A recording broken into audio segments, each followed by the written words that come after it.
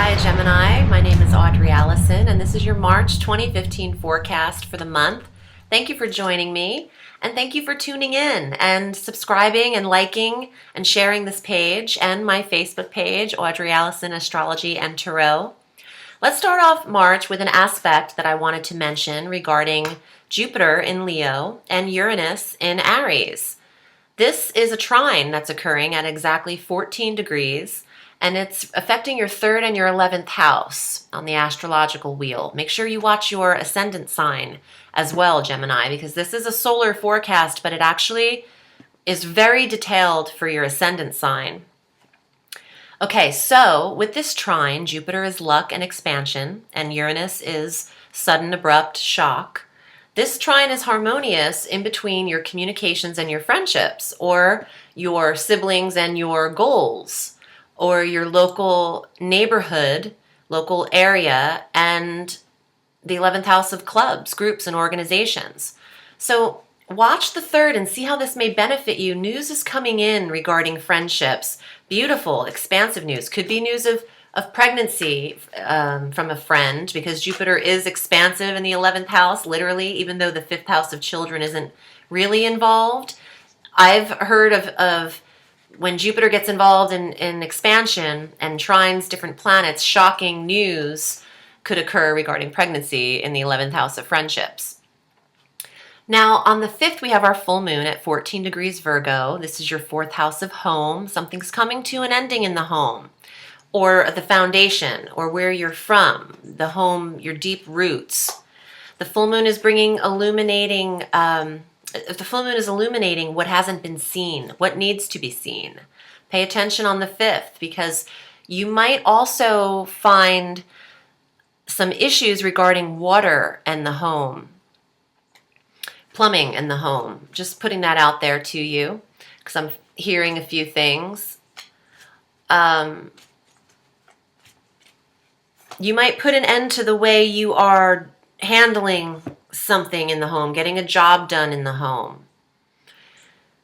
There might be a rearrangement around the time of the 5th. Now on the 12th, Mercury makes his transit into Pisces. Now, Pisces is another mutable sign like you, Gemmy, so this is comfortable placement. This is regarding your career. There's news and information in the 10th house of career and retirement and social status and title change and promotion. Mercury is information and interviews and analyzing details, information regarding the career. He'll be in that sector from the 12th through the 30th, so take advantage of really communicating with superiors that you need to, or authorities in the 10th house. They're really receiving you very well. They're understanding what you have to say. There's no miscommunication there. Mercury's direct.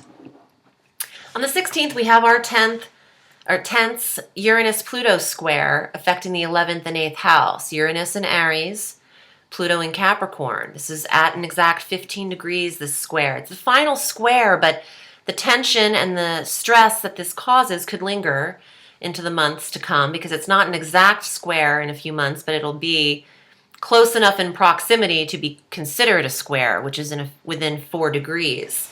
So the 8th house of shared resources, tension, or the 8th house of property, tension, mixed with 11th house, friendships. Those of you renting spaces with friends, or living or subletting or roommating, mark the 16th down for unnecessary arguments or tension or unexpected intensity between the 8th and 11th house. I would really wash the 16th off with a grain of salt here, whatever the expression is. Water off a duck's back, or take it with a grain of salt. It's energy that isn't realistic after it dissipates in the next few days. It's not as stressful as it may seem around the 16th. So don't react to anything on the 16th. Keep it internal. The next day, St. Patrick's Day, Venus is entering Taurus. This I love, because Taurus for you is a sign right before you, so that's your solar 12th house of the house of secrets, the house of illusions and quiet time and spirituality and psychic ability. Venus is love and smoothing over, beautification and money. But it's more like a peacefulness. When Venus enters the 12th, you're preparing just before she hits your first house, where she wants you out and shining and beautiful and really scrubbed down and illuminated.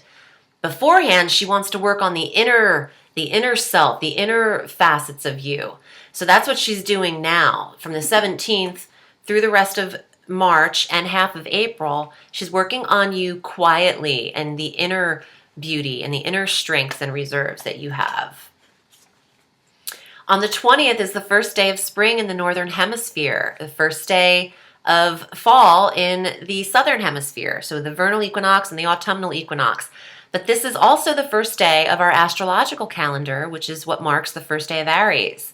We are having our new moon on this day, on the 20th, but we're also having a new moon solar eclipse at 29 degrees Pisces. I mean, this is great. This is huge for the career and the 11th house of clubs and goals and hopes and dreams and wishes. It's just magnificent because it's right on the cusp, on the 29 degrees Pisces, which is almost Aries. So your 10th house of career gets this eclipse, and then it goes right into your social sector. So you're starting off the new year, basically, our new astrological year, really in front, in the limelight, in view. Now, on the 30th, Mercury's making his second transit into Aries. This is that 11th house again, where he'll meet up with the sun. You're very social, very on the go. You're talking to friends. You are being invited to everything. From the end of March all the way through April, very important time for connections.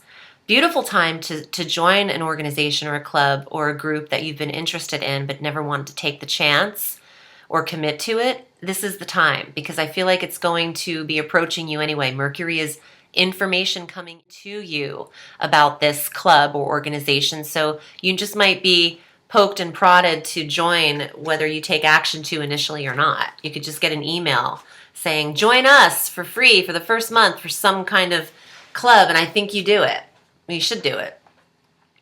Now, the last day of the month, Mars is transiting into Taurus, again, conjunct Venus into this 12th house of quiet time. Mars action in the 12th is a little bit of an oxymoron, but Mars conjunct Venus in the 12th is the balance of male and feminine energy in a very psychic house. So watch your dreams. Mars is action in a dream sector, very prominent dreams, premonitions, information to heed, warnings, messages, and also the temper. You know, you can't really be aggressive in the 12th house because it's such a personal, private house, but also just watch your tone with yourself. We can all be our own worst enemy. So with Mars in the 12th, you might be harder on the inner workings of yourself, how you work as an individual, but don't judge yourself too much with Mars in the 12th. I want to get to your cards because I'm shuffling like crazy and see what comes up for the month of March. But if you'd like to read with me, you can find me at audreyallison.com. I read all through the week. And Facebook, Audrey Alison Astrology and Tarot. Let's see what your reading is for the month of March. Let's see what comes up.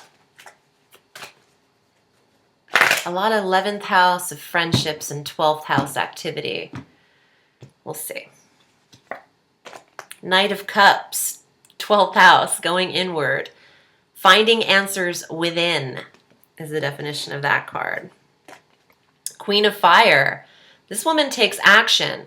She's her own stimulation, her own drive. She takes direction from herself.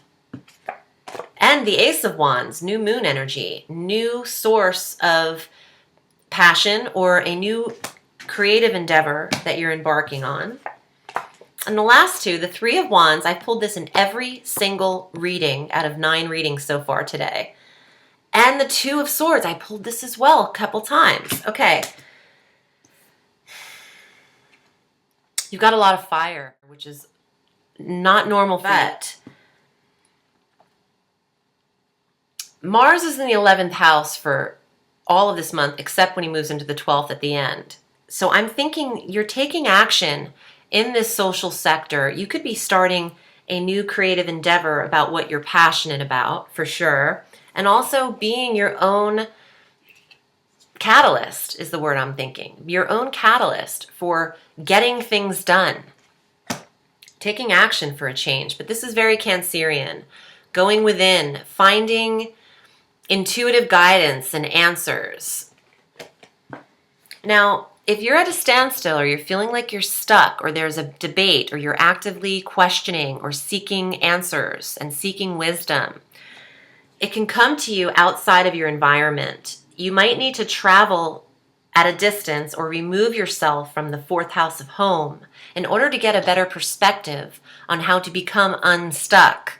And when you remain in the four walls that you feel maybe stuck in, it's hard to see any light at the end of the tunnel unless you remove yourself.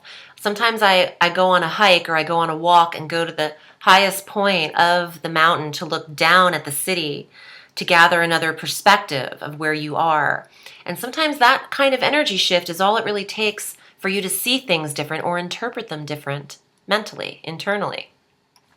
I had a great time reading for you. I'm wishing you a beautiful month, and I will see you soon. Have a sweet day. Bye.